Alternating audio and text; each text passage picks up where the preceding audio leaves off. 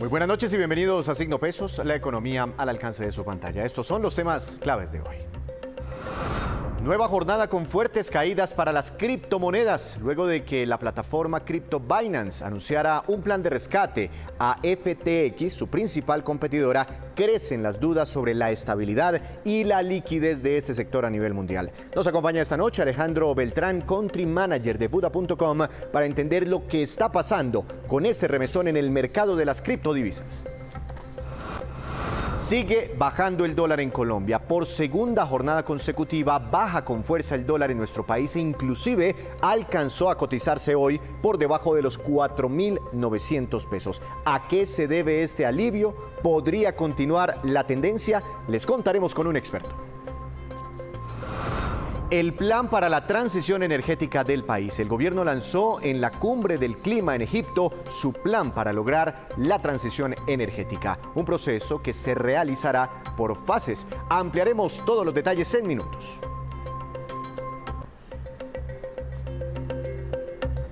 Y comenzamos esta emisión de Signo Pesos hablando de criptomonedas porque varias registraron caídas considerables tras conocerse un plan de rescate para FTX por parte de la plataforma Binance, su principal rival. El precio o el tema no es menor. Esto aparentemente inquietó a los inversionistas del mundo sobre las finanzas de todo el mercado de las criptomonedas y su repercusión no se hizo esperar en el precio de las mismas. Tuvieron fuertes desvalorizaciones. Para analizar este panorama de las inversiones cripto, quiero saludar a esta hora a Alejandro Beltrán. Él es Country Manager de Buda.com. Alejandro, buenas noches. Bienvenido a Signo Pesos. ¿Cómo ha estado? Víctor, muy buenas noches y un saludo para toda la audiencia. Agradecido de estar en el programa. Alejandro, para entender qué es lo que está ocurriendo, ¿por qué no nos explica primero qué es FTX y qué es Binance? ¿Eso cómo funcionan? ¿Qué papel juegan en el mercado de las criptomonedas? Bueno, Binance y FTX son dos de las plataformas más grandes de intercambio de criptomonedas del mundo. La forma de acceder a las criptomonedas se dan a través de billeteras digitales, de plataformas persona a persona y de esta categoría que se llama exchanges, que son básicamente plataformas de intercambio de criptomonedas que usan la misma lógica de las bolsas de valores en un sistema de negociación en el que se unen órdenes de compra y venta. Es decir, si yo quisiera comprar criptomonedas, ¿puedo ir allá a Binance o a FTX y allá me las venden? Sí, de hecho hay varios canales y obviamente para Colombia y para otros países de la región existen otros tipos de plataformas, pero estas obviamente se consideran como dos de las más grandes del mundo que controlan una muy buena participación de las transacciones de criptomonedas en el mundo. ¿Y se sabe más o menos qué participación de mercado? Es decir, de todo lo que se mueve en criptomonedas, ¿cuánto se hace a través de estas plataformas? Bueno, no sabemos a ciencia cierta qué es lo que ocurre. Lo que sí pasa es que en este fenómeno lo que está ocurriendo un poquito, y para entrar en contexto de lo que está pasando con el fenómeno de FTX está catalogado como entre la segunda y tercera plataforma de intercambios más grande del mundo. Y esto hace que entre dos plataformas, Binance y FTX, se considera que ellos podrían, sí, de materializar una compra de Binance, que su fundador acaba de negar la compra. Esto materializaría casi el 80% de las transacciones cripto en todo el mundo, lo cual pues obviamente habla de una concentración muy alta en las transaccionalidades en dos plataformas. Bueno, ahora sí, entremos al tema del día ya entendiendo qué son, cómo funcionan. Aparentemente FTX está teniendo problemas y Binance está intentando lanzarle un salvavidas. Se especuló que de pronto Binance quería comprar a FTX, pero aparentemente fue negada esa versión, pero sí está intentando salvarla. Digamos, inicialmente se intentó salvarla, pero esto viene de una historia propia en donde el CEO o el fundador de FTX, Sam Bankman, él se conoce mucho con las siglas SBF, ha tuiteado desde hace algún tiempo el apoyo hacia cargar la industria de las criptomonedas hacia una regulación un poco más restrictiva o mucho más exigente en vista de todos los fenómenos que ha habido con algunas debacles financieras de algunos participantes de la industria en meses anteriores.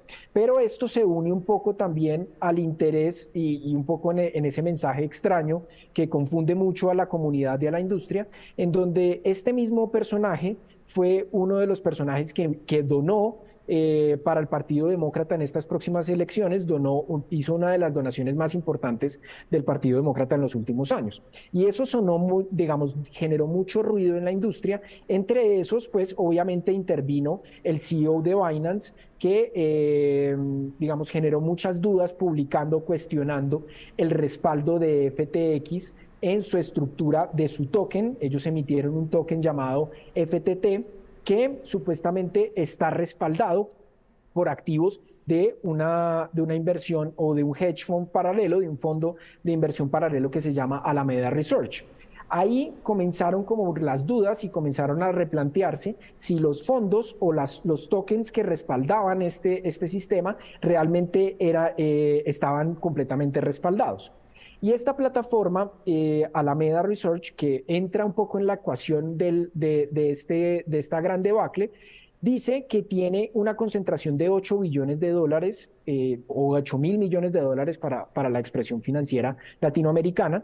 Tiene 8.000 millones de dólares, de los cuales 5.000 todavía no están registrados dentro de la oferta circulante. Es decir, cuando uno ve la capitalización de mercado de este token, asciende a los 3.000 millones de dólares y se supone que se habla de una circulación que asciende a los 8 billones. Es decir, hay una diferencia de 5.000 millones de dólares que no está reportada. Y eso hace que, por ejemplo, para aterrizarlo en un ejemplo más práctico, es como si yo emitiera 100 tokens, ¿cierto? Sí.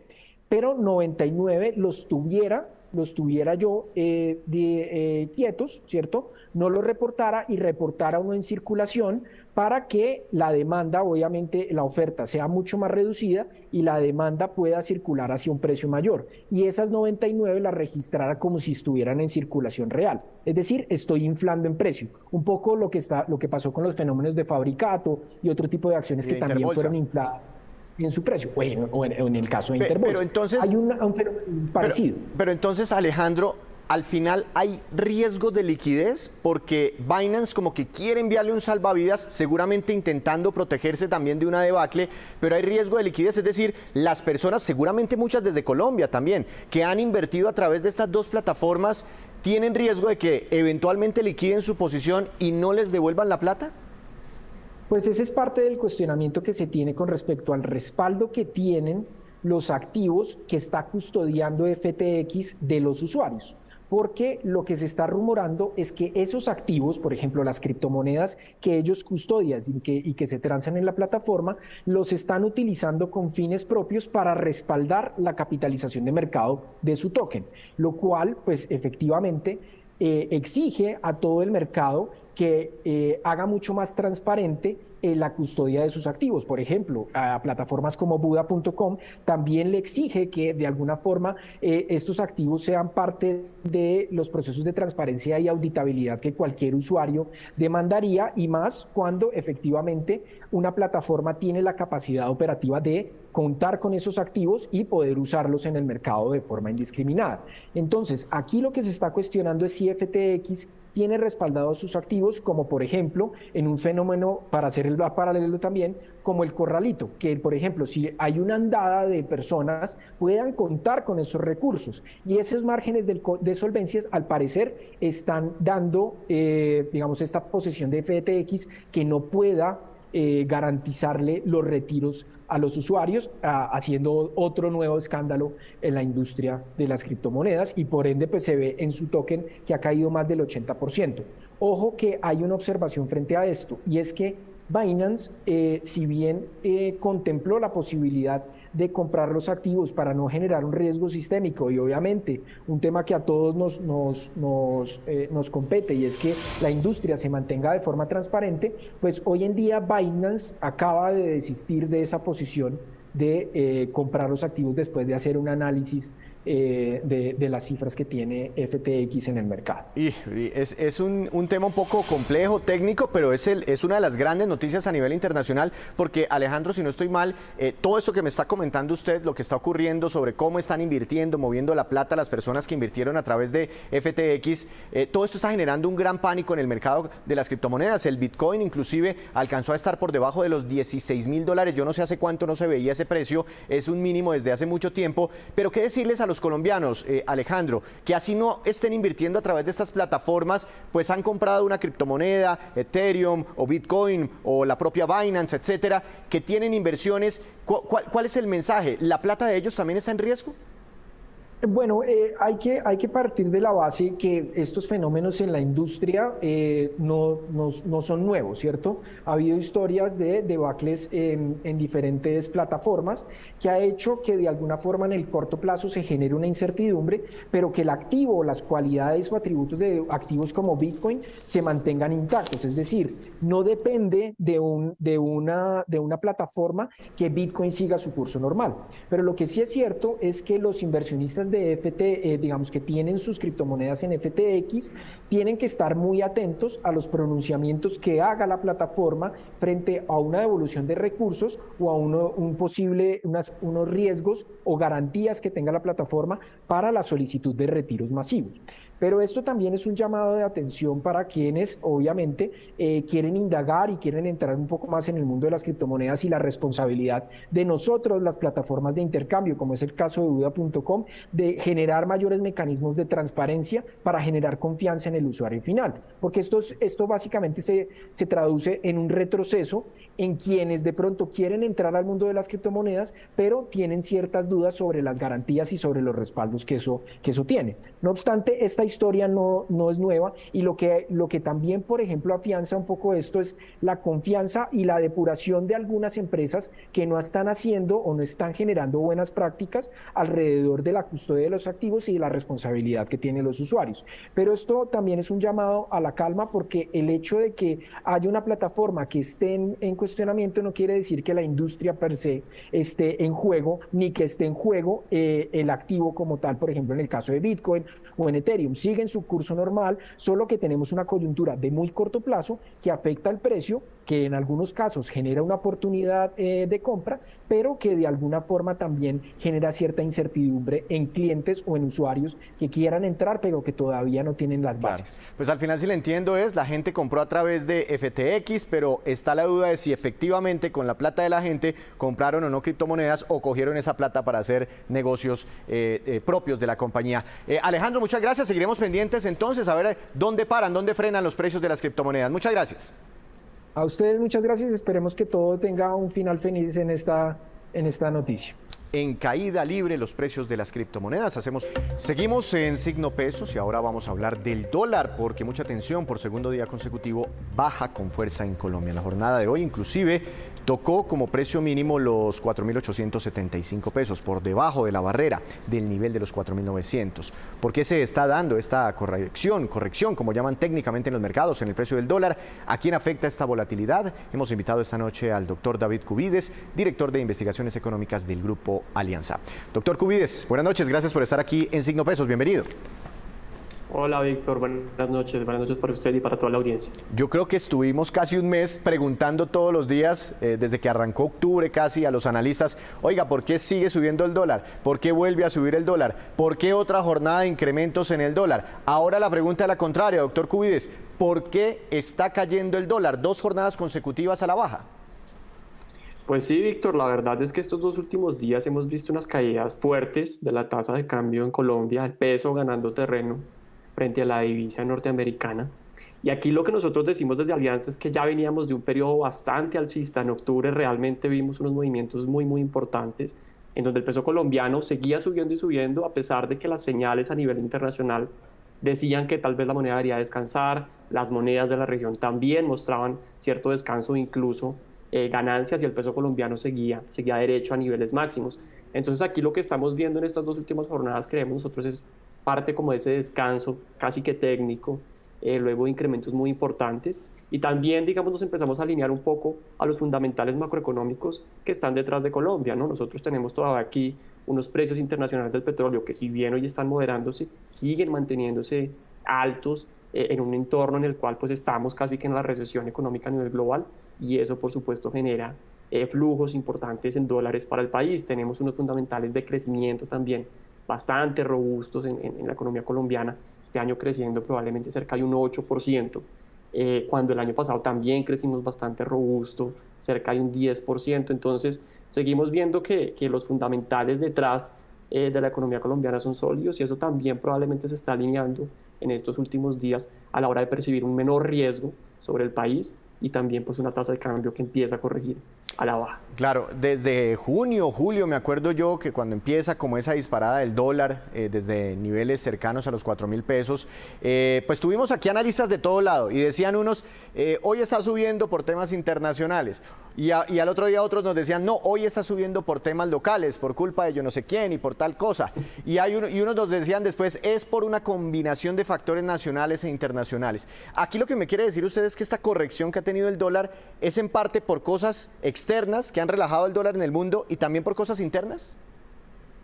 Pues sí, Víctor, fíjese que lo que yo le decía, durante los últimos, digamos el último mes, en octubre, también las señales a nivel global era un DXY, un indicador de dólar a nivel global, que ya estaba mostrando cierta estabilidad, o por lo menos dejaba de presionar las monedas para que perdieran frente al dólar estadounidense, y nosotros nos perdimos todo ese comportamiento, mientras el dólar en el mundo estaba relativamente calmado, incluso perdiendo frente a sus pares más importantes, frente al euro, frente al yen, frente a la libra esterlina. Nosotros en Colombia seguíamos registrando máximos históricos. Entonces aquí tal vez ya nos empezamos a acoplar un poco a esa realidad que nos perdimos, como todo ese momento de ganancias de las monedas frente al dólar, y aquí nos empezamos a alinear un poquito a ese escenario.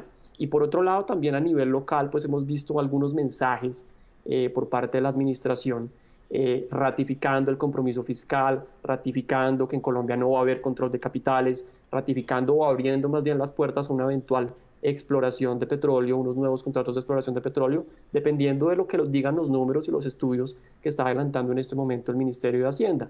Entonces digamos que aquí se abre un poco más el panorama y empiezan a transmitirnos unos mensajes un poco más de cautela por parte del mismo gobierno, que también llevan a los mercados a tomar una posición un poco más tranquilizadora, y en ese sentido pues estamos viendo aquí unas correcciones de la tasa de cambio en estos últimos 2 días que, como le digo, han sido bien importantes. Nos alejamos de esos niveles máximos por encima de los 5.100 pesos, y hemos corregido más de 200 pesos en estas últimas 2 jornadas, ya operando por debajo de los 4.900 pesos por dólar. Claro, por debajo de 4.900 cuando comparamos esa cifra frente al máximo histórico del viernes pasado de 5.133, pues hay una corrección de más de 200 pesos, eso es una corrección bastante importante, doctor Cubides. Ahora, ¿coincide esto con que pues prácticamente fue aprobada ya la reforma tributaria, se están conciliando algunas cositas? ¿Eso le quita ruido al mercado, eso despeja muchas preocupaciones, eso ya no inquieta a los inversionistas de divisas en el país? Pues Víctor, aquí también eso es bastante importante, o sea, eso era como uno de los puntos que los mercados estaban poniéndole mucho los ojos. ¿Cómo va a salir la reforma tributaria? ¿Se va a aprobar en los montos que pide el gobierno o van a ser menores? ¿Va a haber deducibilidad de las regalías para el sector petrolero puntualmente? Y pues ya salimos de ese punto, finalmente lo que usted menciona, ya tenemos, digamos, estamos a muy pocos, digamos, horas, diría yo, de definir exactamente cómo va a ser la tributaria. Ya tenemos conciliación entre Cámara y Senado, falta solamente pues la aprobación del presidente, y aquí digamos que ya salimos un poco de ese ruido, y en ese sentido los mercados también estaban un poco inquietos en ver qué podría pasar puntualmente con el sector petrolero, y aquí el presidente de Ecopetrol está señalando que eventualmente los números que ellos están rehaciendo muestran una tasa efectiva de tributación que podría ser tal vez menor a la que inicialmente se estaba estimando. Entonces podría también ese parte de tranquilidad de la empresa más importante en Colombia, que hace este tipo de tratamiento en tema energético, dando ese parte de tranquilidad, también se lo transmite a los mercados. Vamos a ver de aquí en adelante, pues ya que tenemos los montos aprobados, 20 billones de pesos, cómo el gobierno decide utilizar esos recursos. Y aquí pues el plan financiero que nos presenten a principios del próximo año va a ser clave, para que nos digan cuánta de la plata de los 20 billones que se está recaudando se va a destinar a inversión, gasto social, y cuánto eventualmente pues se podría destinar al proceso de consolidación fiscal y eventualmente reducción del déficit y también de la deuda que tiene Colombia. Pues el doctor Ocampo, el ministro de Hacienda, ha dicho que ellos creen que pueden gastarse toda la reforma tributaria en políticas sociales y bueno, ahí ha habido ciertas reacciones de algunos analistas. Pero doctor Cubides, cuando uno mira la gráfica del dólar, la gráfica, sí, de los últimos meses, eso es como si yo cogiera y me subiera a la montaña más alta del mundo corriendo, la más alta del mundo. Por supuesto, en un solo envión no puedo llegar a la cima. Seguramente tengo que parar un momentico, sentarme en una piedra, si quiero seguir hacia arriba y descansar un poco. ¿Será que eso mismo está ocurriendo con el dólar? Que se agotó un poquitico, pero la tendencia a largo plazo sigue siendo alcista. Es decir, ¿es posible que siga subiendo o ustedes ya están percibiendo un cambio de tendencia? Pues Víctor, lo que nosotros hemos venido diciendo desde Alianza hace varios meses es que sí veíamos una coyuntura en la cual las monedas estaban muy presionadas, no solamente el peso colombiano, sino a nivel internacional, la postura de la Reserva Federal, la inflación en los Estados Unidos, que también sigue catapultando una postura un poco más agresiva por parte del Banco Central estadounidense. Todo eso generaba presiones para que el dólar se mantuviese fortalecido, y eso digamos que no ha cambiado en el cortísimo plazo. Todavía vemos un dólar fuerte por unos meses más mientras se da un cambio en el mensaje, un cambio de chip por parte del Banco Central norteamericano, y empezamos a ver otra tendencia del dólar a nivel internacional. En ese sentido todavía vemos algo de presión alcista. Sin embargo, a nivel local pues también veíamos que había un proceso de sobrereacción en nuestra moneda que nos llevó pues a esos máximos históricos, y que no se hablaban mucho con los fundamentales económicos que hemos venido describiendo en esta entrevista. Temas de crecimiento económico, temas de inversión y flujos que han venido llegando al país a través de inversión extranjera directa, inversión de portafolio que están en máximos de los últimos 5 o 6 años para el periodo de enero-septiembre. Eso no se hablaba mucho con una tasa de cambio en niveles tan altos. De tal manera que lo que nosotros hemos venido diciendo es, esperamos que la tasa de cambio corrija o continúe retrocediendo en esta última parte del año, y podríamos ya buscar niveles cercanos a los 4.700 pesos para el cierre del 2022. Ya de cara a lo que podría suceder en el 2023, seguimos esperando una corrección en un entorno en el cual vemos valor para la región de América Latina. Nuestras tasas de interés van a ser muy atractivas a la hora de pensar en inversiones por parte de los agentes externos, y también pues consideramos que estamos en una región, digamos, que tiene como los beneficios de unas materias primas elevadas, estamos lejos del conflicto en Europa, y eventualmente pues eso nos va a blindar en un año que luce bastante retador, el 2023, y podríamos tener un performance, un comportamiento positivo el siguiente año en términos comparativos, y es allí donde vemos que nuestra tasa de cambio podría seguir bajando, pensando ya en lo que podría ser el cierre del próximo año, y la vemos cerca de niveles de 4.400, 4.500 pesos por dólar. Pues ojalá así sea. Dicen muchos en redes sociales que se han visto afectados por esta subida del dólar. Una última pregunta. El viernes y el lunes, pues cuando tuvimos ese pico de los 5.133, por supuesto, aparece en la pregunta o en el panorama la pregunta de qué posibilidad habría de que el dólar llegara a los 6.000 pesos. ¿Por qué? Porque esa misma pregunta se la hicieron cuando subió a 4.000. ¿Qué posibilidad habría de que llegue a 5.000? Y eso ocurrió rápidamente. Entonces, con esas perspectivas que usted me está entregando, ustedes allí creen en Alianza que el dólar definitivamente no va a acercarse a los 6.000 pesos, por lo menos este y el otro año. Pues Víctor, nuestra expectativa, como le mencionaba, realmente es una tendencia bajista para la tasa de cambio, pero por supuesto pues tenemos que considerar varios factores. Entonces, entre esos pues el tema del dólar a nivel global, que ya hemos mencionado ampliamente en esta oportunidad, pues va a ser muy importante. Dependiendo de qué nos diga la Reserva Federal los siguientes meses, vamos a seguir subiendo las tasas de interés, o eventualmente nos vamos a detener, o incluso podríamos pensar en recortes, no sé, mucho más adelante en el 2023 o en el 2024. Eso va a determinar realmente la dirección del dólar en el mundo. Y ya si nos centramos pues en Colombia, por supuesto, pues mayores anuncios por parte del gobierno, la continuidad del compromiso fiscal, el compromiso con temas energéticos, también va a ser muy importante para continuar dándole esa dirección a la tasa de cambio. Pero por ahora, pues nuestra expectativa es una corrección, que continuemos viendo pues niveles un poco más bajos de la tasa de cambio, y eso no solamente sería un escenario para este 2022, sino que creemos se podría extender ya pensando en el 2023. Pues doctor Cubides, muy interesante esta conversación, además con esta proyección que ahora tienen ustedes desde Alianza, tal vez la firma que más le ha pegado a las predicciones del dólar en nuestro país, ahora ver una corrección, una tendencia hacia la baja. Muchas gracias, una feliz noche. Víctor, muchas gracias. Feliz noche. El dólar llegó a su pico, ahora ven que pueda seguir descansando. Regresamos, volvemos a Signo Pesos con esta que es la cifra económica del día. Es bastante grande, 640,2 billones de pesos.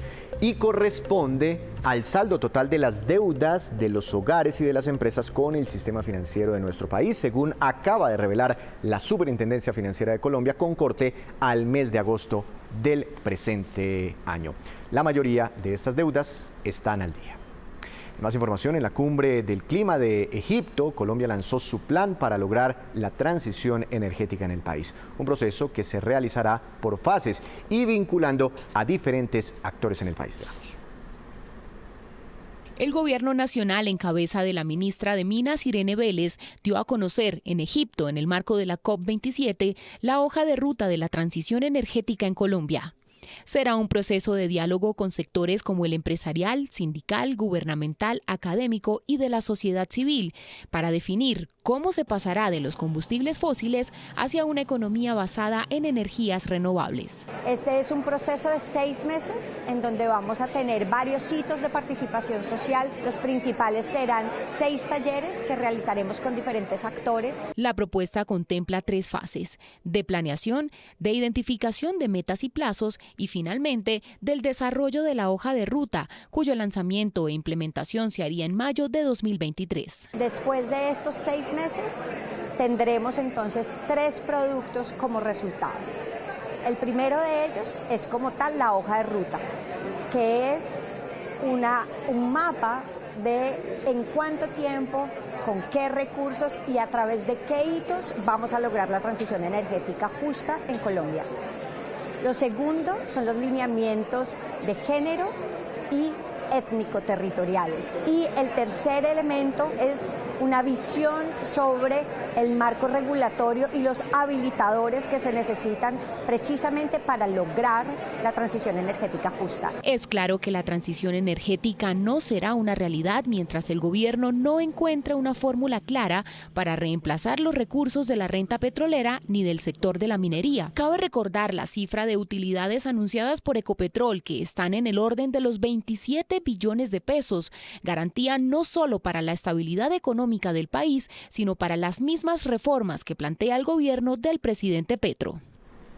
Y el presidente de Campetrol, Nelson Castañeda, expresó su preocupación frente al impacto que, según él, tendría la reforma tributaria para el sector de los hidrocarburos del país. Esto fue lo que dijo.